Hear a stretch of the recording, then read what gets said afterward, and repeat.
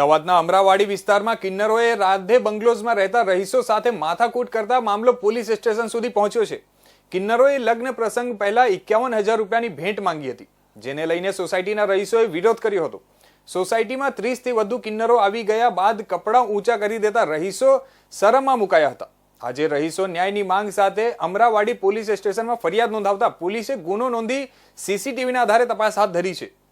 અમરાઈવાડીમાં Radhe bungalows વિભાગ 1માં કિન્નરોએ લગ્ન પ્રસંગની ભેટને લઈને હંગામો કરતા મામલો બીચક્યો હતો। રાધે બંગલોઝમાં રહેતી એક દીકરીના લગ્ન 5 ડિસેમ્બરના રોજ થવાના છે। તે પહેલા કિન્નરોનું એક ગ્રુપ આવ્યું હતું અને શગુનના 51,000 રૂપિયા આપવાની વાત કરી હતી। દીકરાના પિતાએ કિન્નરને 3,000 રૂપિયા આપ્યા હતા, જે લેવાનો ઇનકાર કરી દેતા બબાલ થઈ હતી। મામલો થાળે પાડવા માટે સોસાયટીના ચેરમેન વચ્ચે પડ્યા હતા અને કિન્નરને સમજાવી રહ્યા હતા।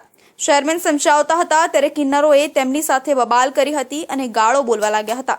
કિન્નરોએ ચેરમેન પર હુમલો કરી દીધો હતો અને પોતાના ગ્રુપને ફોન કરીને બોલાવી દીધા હતા। 30 થી વધુ કિન્નરો રિક્ષામાં બેસીને રાધે બંગલોઝમાં આવી ગયા હતા અને માહોલ દંગ કરી દીધો હતો। કિન્નરોએ સોસાયટીના રહીશો સામે પોતાના વસ્ત્રો ઊંચા કરી બીભત્સ વર્તન સાથે છાજિયા લેવાની શરૂઆત કરી હતી અને બાદમાં સોસાયટીના ચેરમેનને દોડાવીને માર માર્યો હતો।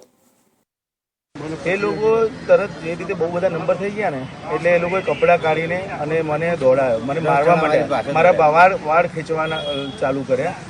મને બધા મળીને મારા ઉપર હાથથી મારવાનું ચાલુ કર્યું। એ લોકો ભાગ્યો, મારી પાછળ એ લોકો ભાગ્યા। 1-2 જણાએ મારું પેન્ટ કપડાં ખેંચવાની ટ્રાય કરી અને મને થપ્પડ લાફા મારવાનું ચાલુ કર્યા। એટલે હું આ બધું જોતા ભાગી ગયો ત્યાંથી અને બીજા સોસાયટી મેમ્બરે તરત આવીને મારો બચાવ કર્યો। જો એ બચાવ ના કર્યો હોત તો કદાચ હું આજે હોસ્પિટલમાં હોત।